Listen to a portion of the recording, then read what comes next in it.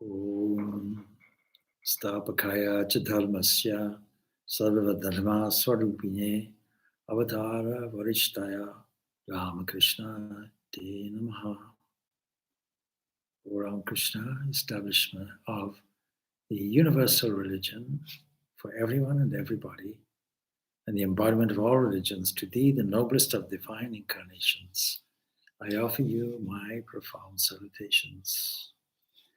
So, good evening on this special talk delivered on the birthday of Swami Ramakrishnananda. It was in Madras, as it was known then, that Swami Vivekananda returned from the West to India for the first time, having gained a great deal of fame in the United States of America. He attended, as we all know, the Parliament of Religions in 1893, and there made a huge impact.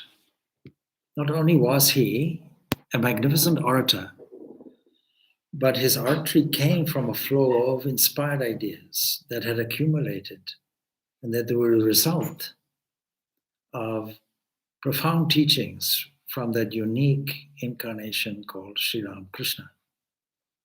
You can consider Ramakrishna like a vast lamp from which all the disciples, particularly monastic disciples, became subsidiary lamps lighting the world. And so each one would be a great giant. That is why whenever there is a birth celebration of each one, a Titi Puja, that is why we do several things. First of all, we try to understand the person that became such a giant, how that person came into contact with Sri Ramakrishna.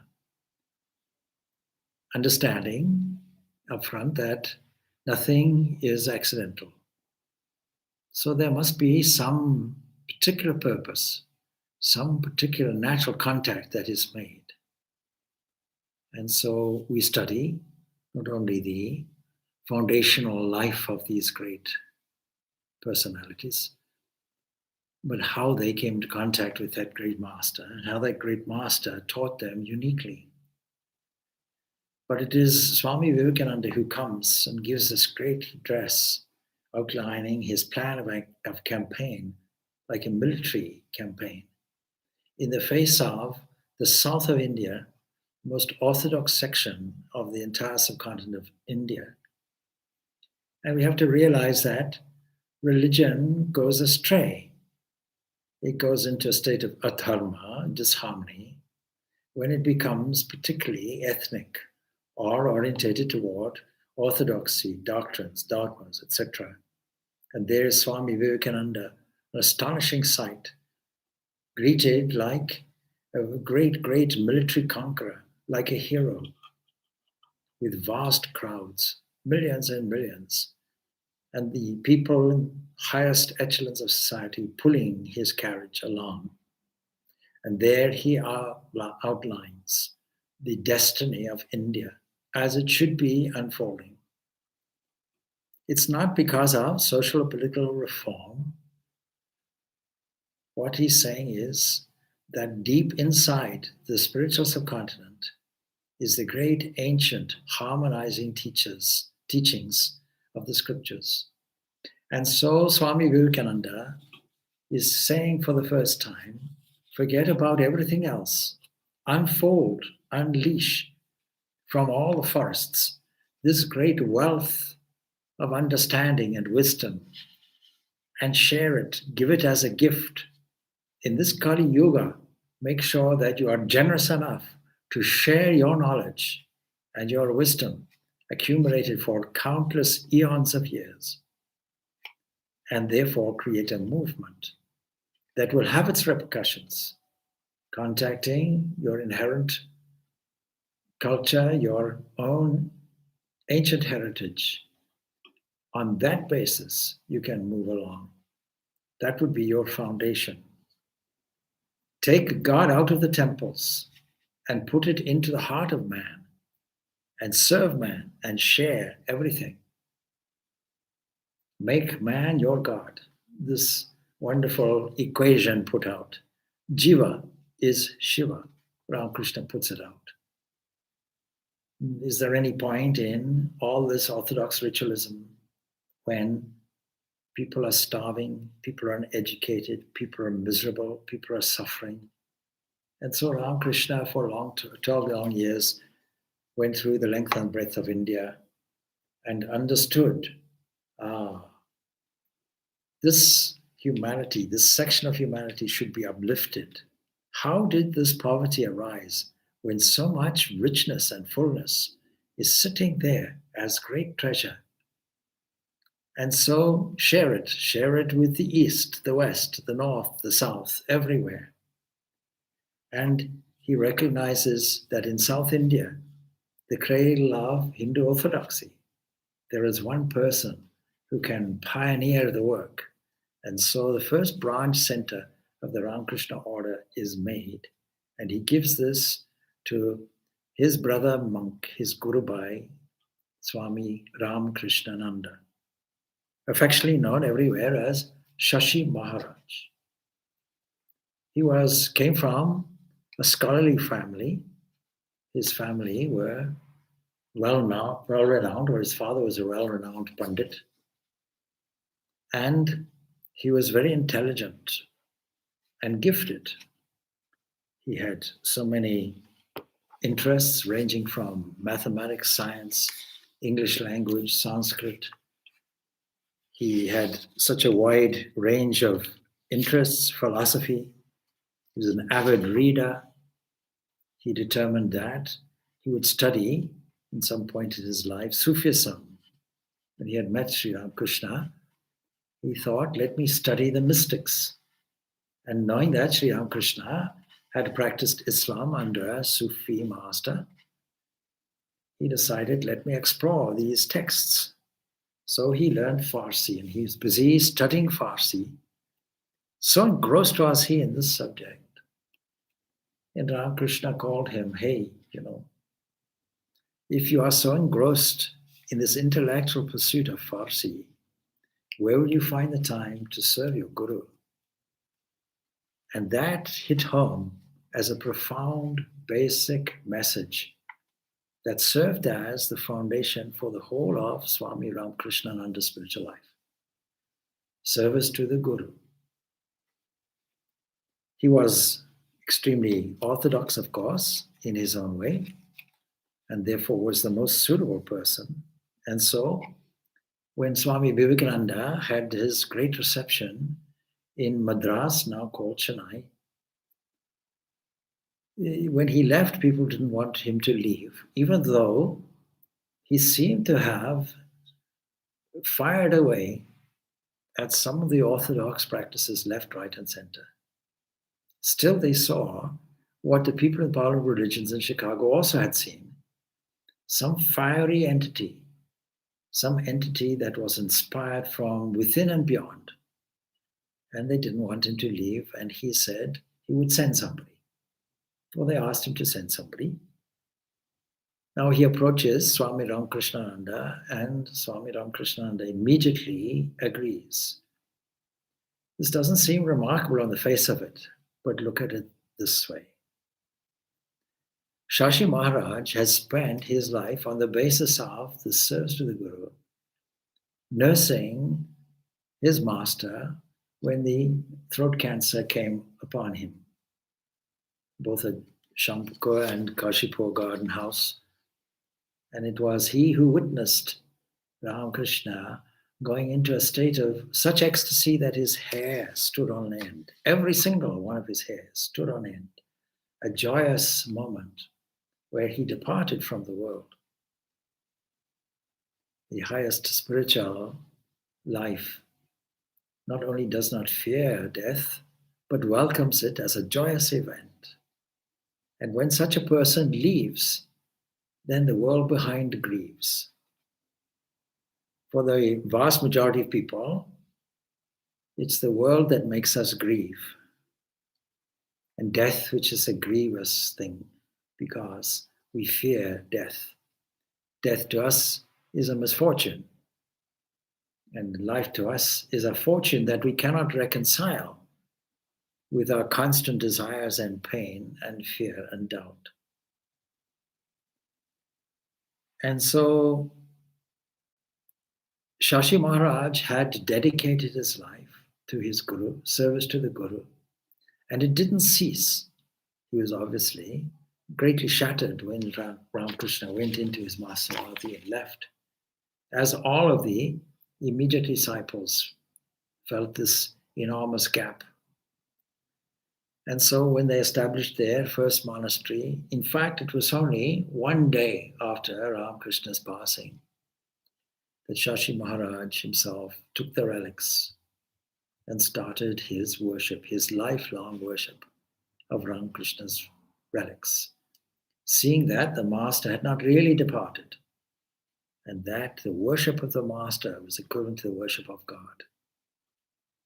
And so he alone was the one person who kept the monastery going like a kind of mother in the monastery, ragtag as they were, deprived as they were, going through hardships as they did.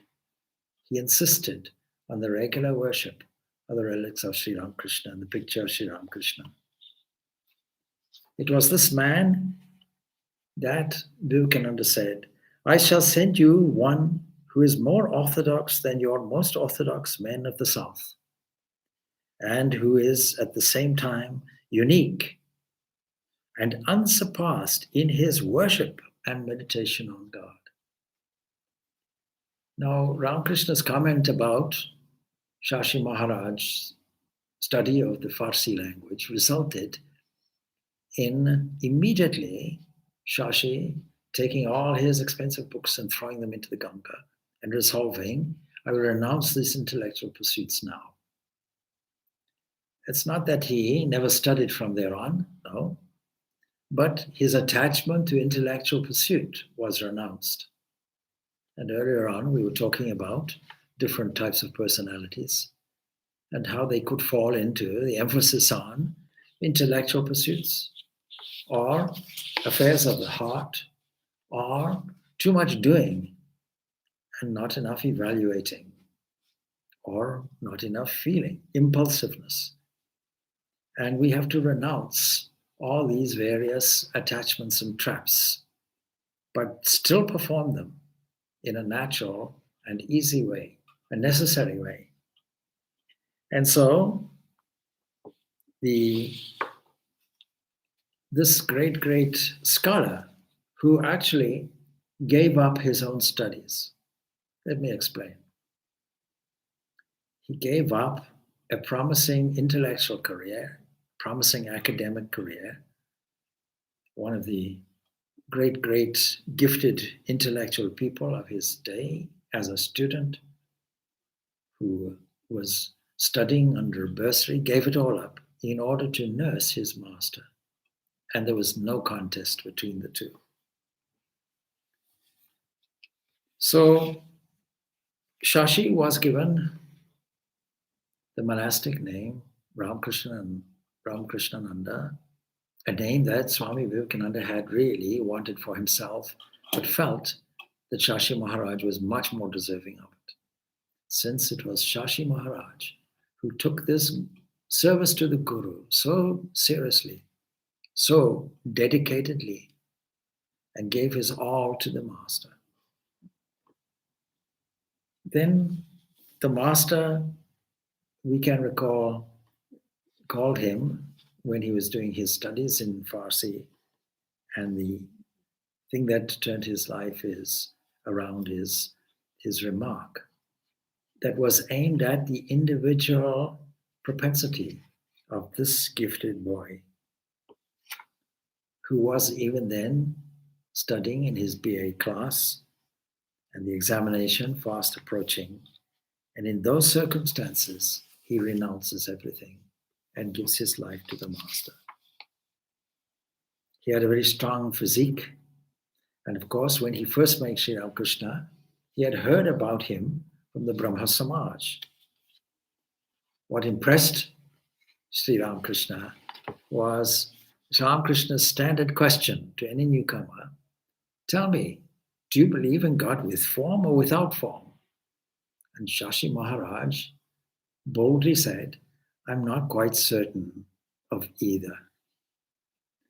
And Ramakrishna was delighted at the honesty of this boy when he frankly answered that he wasn't certain even about the existence of God and was not therefore able to speak one way or the other.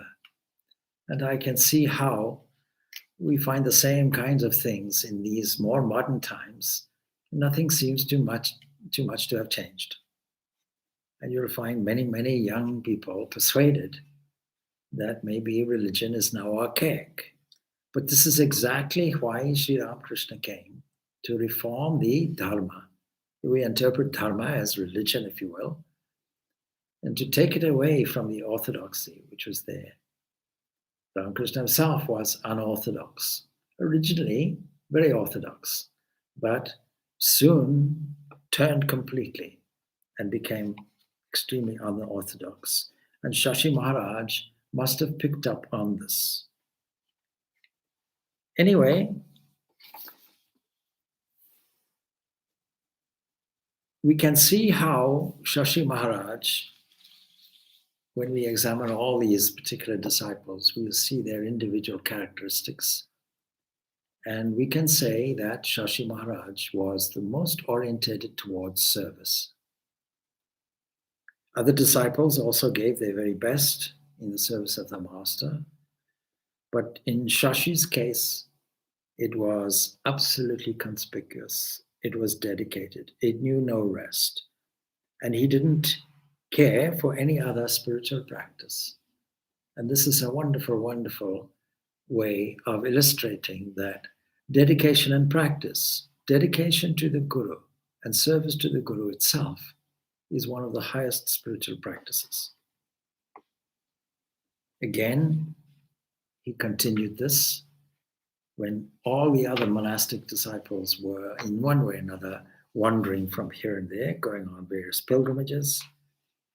But as I say, in Shashi's devotion to the Guru was beyond comparison, and no other earthly example compares to his love for not only Sri Ramakrishna, but Sri Ramakrishna's two spiritual sons. Of course, all those disciples were spiritual sons, but more particularly Swami Brahmananda Rakal, who became Swami Brahmananda, and Swami Vivekananda. And that is why, without question, when Swami Vivekananda tells him, please go to Madras there, and he writes him a letter. He writes him a letter cautioning him on various things and showing the way, and knowing that maybe worship will catch hold of him and dominate the whole branch that he was about to establish. He also advises him, spend some time to give classes. And so Shashi Maharaj establishes scriptural classes. Don't forget, Swami Vivekananda in his plan of campaign is saying that the one thing that the Indian nation should do is open up their scriptures, open up all of these texts, take them out of the forests, take them out of the elite, and spread them everywhere, not just in India, but the whole world. Because humanity is nothing more than this hidden light shining within the heart of mankind. He only needed a small room when he went there. He was given a small room in the ice house, which was there in Chennai. And he went through many hardships. First of all, you have to understand, he didn't know the language. He didn't know the customs. And while his Hinduism was orthodox, still, South India has its own ways. And so it was in 1907, he being there from 1897, that a permanent house was gained for the monastery. And it was constructed on a small site in a suburb of the city. This pioneering work is no mean task, starting off from nothing. Sometimes there were nobody at his classes, and he sat there and meditated There's a story that he gave a class to an empty hall, pacing up and down, delivering a magnificent lecture. And when somebody observed this, how can you give a lecture when nobody's there? He said, the master is here. And so teaching us also to do all our activities in the spirit of practicing the divine presence here in this moment, knowing that we are never alone. But anyway, the Swami was delighted when at last there was a permanent place. He had already taken a picture there and was doing the worship. And the evening arti, we are told, was something absolutely outstanding. It would go on for a long time, and everybody would be absolutely inspired. And he understood and practiced and made sure people really, really understood that a picture or a statue is not a mere picture or statue. It is infused with divinity if we have a will to do that, so that it is a living presence. And for him, the picture of Ramakrishna was a living presence. The Swami was delighted, and when he had this individual place for the master's worship that could be carried out uninterruptedly, and he said, this is a fine house for Sri Ramakrishna to live in. Even now, when people buy a house, there are a number of people who have decided that they will take advantage of the burgeoning housing market, and they decide they will purchase a house. The first thing that they really should do is exactly what he has done, dedicate it to the divine, and then immediately install the heart of the house, the heart of the home, that is a shrine where regular meditation and worship is done.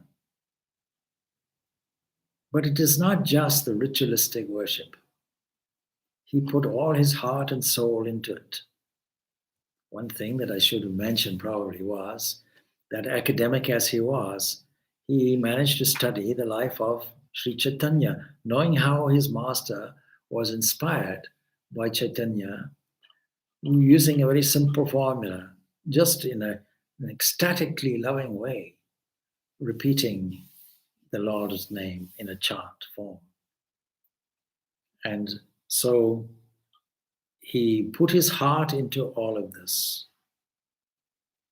When one day he asked Sri Ramakrishna, please will you give me ecstatic bliss like Chaitanya? Give me this prema, ecstatic love. And Ramakrishna said, well, yes, all very well, but then what about service? What about all the activities that you have to do? In other words, bring him back, bring him down on an even keel. The worship of the master, as done by Sri Ramakrishna, was extremely striking. There was one spiritual aspirant longs to experience the tangible presence of God, certainly, but with Swami Ramakrishnananda, it was an entirely different matter. He so vividly realized this presence of God that there was no room for any craving for that in his mind. And it was only left for him to serve. And so he did it with unwavering ardor. Some article of food is preferred hot, and Swami Ramakrishnananda would keep the stove burning and offer that piece by piece to the master. But sometimes he didn't really have enough provisions. And he was heard to say, addressing, "Oh, old man," referring to his master in an intimate way, "you brought me here, and are you testing my patience, my toleration? And if I have nothing, then I'll offer you sea sand, and I will eat sea sand too." And inevitably, something always came. Anyway, to a critical mind, all these intimate, loving moments would seem to be a little odd, but he only knew what great presence he felt. And with him, that presence was felt. Those who would witness it would sometimes even fall into respecting him just for those. Once a certain gentleman, who was then holding the highest position in the government, called at the monastery to pay his respects to Swami Ramakrishnananda. And the Swami, after finishing the morning worship, was at that time busy fanning the portrait of the master. And he would do this even for a couple of hours, sometimes even more. And in doing this, he would be uttering the names of the Lord. He would utter Shiva Guru, Sat Guru, Sanatana Guru, Parama Guru, so on. And during such times, the face of the Swami would be flushed and with pure emotion. And the whole thing would be imposing. And the whole sight struck the visitor with such awe and reverence that he could do nothing but prostrate before the Swami and just return home without discussing any business. Sometimes he would allow students to argue with him as a means of educating them.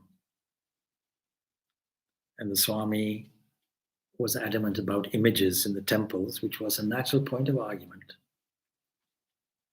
And then he would say that the images were not simply dull, dead, inert matter, but were living deities who could be spoken to.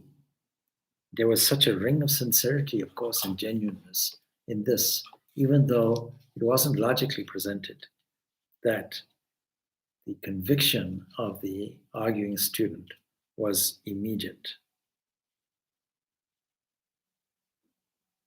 Of course, his intellectual acumen was also great. His scholarship in Sanskrit was immense.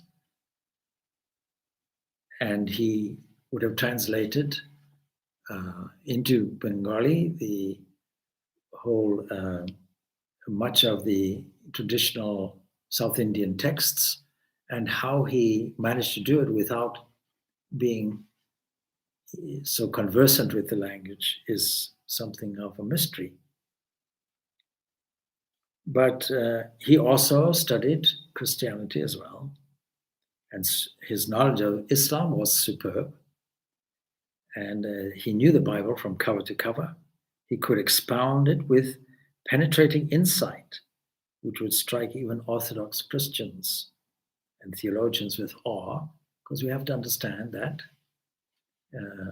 Madras, as it was then, is also said to be the place of the burial of Jesus' immediate disciple, Thomas.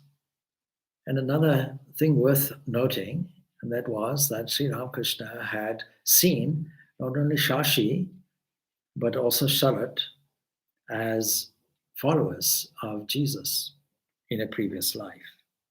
Once on Good Friday, he gave a talk on the crucifixion with so much depth of feeling and vividness of description that a Western listener with experience of sermons in churches became amazed as to how the words of the Swami could be so living. Though to all intents and purposes he was living an orthodox Hindu life, his love for the prophets of all faiths was genuine and sometimes embarrassing to his orthodox followers. Those who had seen him going to St. Thomas Church, there in Madras, relate that he would go straight up to the altar and kneel before it just like a Christian and pray. And I often think that when we take visitors up to Dungannon, we pass through Armagh Cathedral.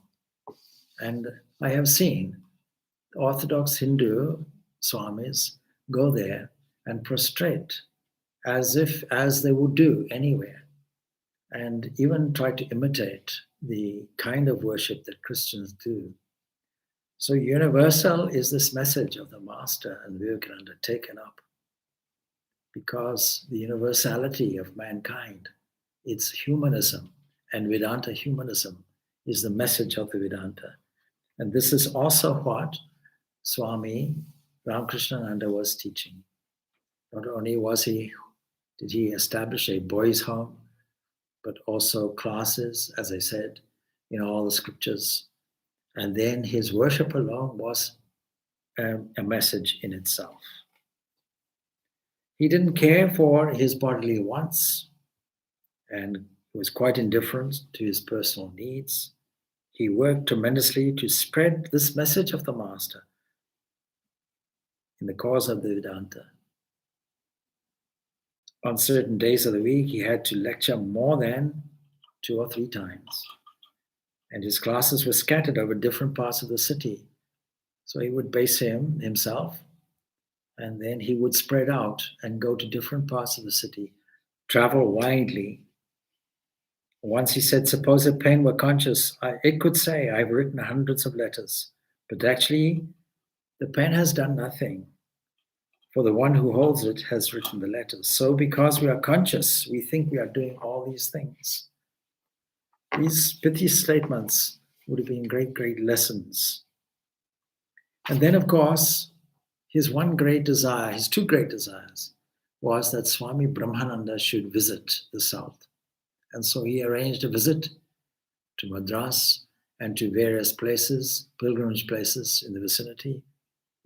And then, of course, that was a great delight. And he served Swami Brahmananda, giving him his own quarters and standing outside the door and delightedly saying, I have now accomplished everything because there's no higher service than to serve the son of the Master. If I can't serve the Master now, I can serve the son of the Master. And then he also brought the Holy Mother down. And that was a great delight. And apart from many other places, there's a particular rock on which the mother sat in Bangalore. And there, that whole rock and that whole vicinity within the premises of the Bangalore ashram is a pilgrimage site for countless numbers of people because we feel tangibly the presence of the Holy Mother there. And though in managing the monastery, he was also a stern disciplinarian, at heart he was extremely soft and kind. And once when the time came for the departure of a junior Swami of the order, who came to the Madras, Swami Ramakrishnananda fed him while sitting by him and actually burst into tears when the junior had to leave.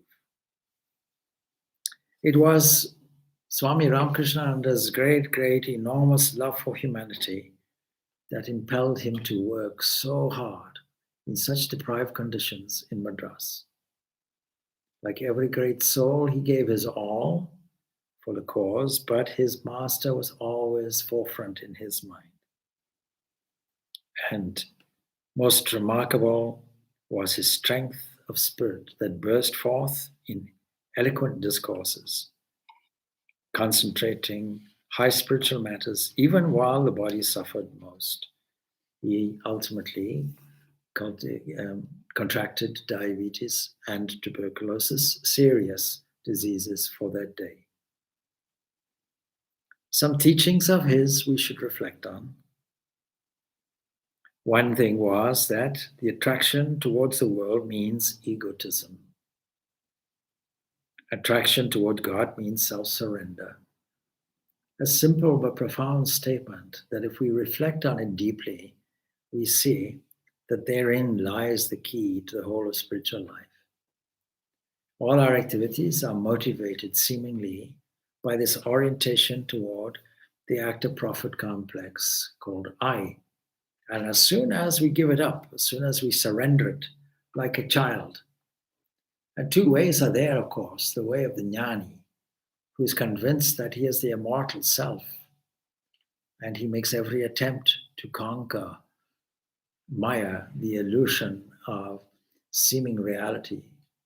But for the vast majority of people, it would be cultivating this profound love of God. And what kind of devotion takes us to God? He says, this is the child's devotion to the mother. Why does the baby go to the mother, he says? Because it has reasoned out that the mother is the best friend he has. And why do you go to God? Because you have previously reasoned out that God will help you. No one else can. And so as the baby goes to its mother, you will also go to God. And look at also the logic of some of his reasoning. The fact that we are continuously looking for fulfillment means that we are fulfilled. The fact that we are always looking for to complete as many desires as we want and pleasures as well really means that our nature is blissful. Ananda, or bliss, is the best definition of God, he says. The real ideal of every human being is Satchit Ananda, eternal life, infinite knowledge, and everlasting bliss. For all men wish to live forever, to be all-knowing, and to have eternal bliss. But God alone is all life, all knowledge, and all happiness, says he. Therefore, God is really the ideal of every living being, and we may add, whether we know it or not, whether we understand it or not. You have been worshipping this God of your body for so many lives, he says. It is not easy to begin to worship the true God all at once. If you would raise your inner self, you must crucify the body and conquer the senses. Thus, in his most profound teaching, using Christian language. Always mixing with the world and identifying ourselves with the body, we are prone to forget religion, which awakens us to the real state of affairs which we are in, and opens to us the gate of eternal bliss, and keeps us away from being drawn down to the abject life of beasts, doing nothing but eating and drinking and making merry. Such being the case, there must be something that will occasionally remind us as to who we are and what we should do, so that we may not be altogether forgetful of our duties here. It is religion that fulfills this purpose. And it reminds us also of his first meeting along with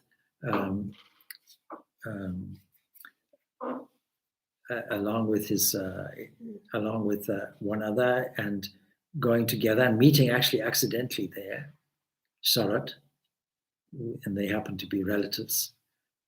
And each one thinking that they would have their own individual meeting with the master, but coincidentally coming together. And the master immediately inspiring them to a monastic life by telling them that in order to live a good householder life, you should first of all establish yourself in the knowledge of this divine self, the knowledge of God and the love of God. And he goes on to say, aiming at them, it seems, now in hindsight, the glory of a monastic life that inspired both of them to be monks, Sharat becoming Swami Sharananda, and Shashi becoming Swami Ramakrishnananda. So this is a brief kind of summary of life and teachings of Swami Ramakrishnananda. May his blessings be upon us all. And may we learn to emulate his life in our own small way. Om Shanti, Shanti, Shanti. Peace, peace, peace be unto all.